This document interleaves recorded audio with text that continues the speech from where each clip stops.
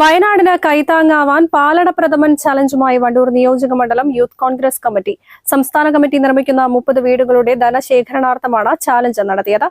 4000 litre പായസമാണ് വിതരണം ചെയ്തത്.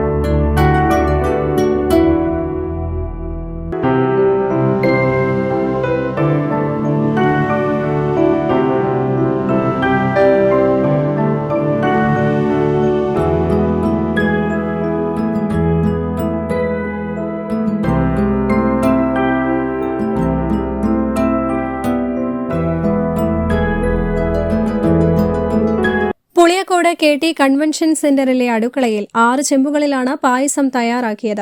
ഒരാൾക്ക് 250 രൂപ നിരക്കിൽ 1 ലിറ്റർ പായസം കവറിലാക്കിയാണ് നൽകിയത്. ഞങ്ങളൊരു ചെറിയ സംരംഭമായിട്ട് തുടങ്ങിയതാണ് ഇത് യൂത്ത് കോൺഗ്രസിന്റെ നിയോജകമണ്ഡലം കമ്മിറ്റി. പക്ഷേ ജനങ്ങളുടെ വലിയ പിന്തുണ കൊണ്ട് 4000-ന് മുകളിൽ ഓർഡർ ഉണ്ടായി. പക്ഷേ ഇത്രയും സാധനം ഈ ഒരു കുറഞ്ഞ സമയത്തിനുള്ളിൽ എത്തിച്ചു കൊടുക്കാനുള്ള ബുദ്ധിമുട്ട് കൊണ്ട് സംഘാടകർ തന്നെ അതിന്റെ എണ്ണം ചുരുക്കുകയായിരുന്നു. വലിയ പിന്തുണ ജനങ്ങളുടെ ഭാഗത്തു നിന്ന് കിട്ടി. പോരൂർ ഗ്രാമപഞ്ചായത്ത് അംഗവും പാചകക്കാരനുമായ ഗിരീഷ് കാലടിയുടെ നേതൃത്വത്തിലാണ് പായസം തയ്യാറാക്കിയത്. പ്രവർത്തകർക്ക് ആവേശമായി MLA AP അനിൽകുമാറും രാവിലെ മുതൽ പാചകവും പാക്കിംഗും നടത്തിയ KT കൺവെൻഷൻ സെന്ററിൽ സജീവമായിരുന്നു.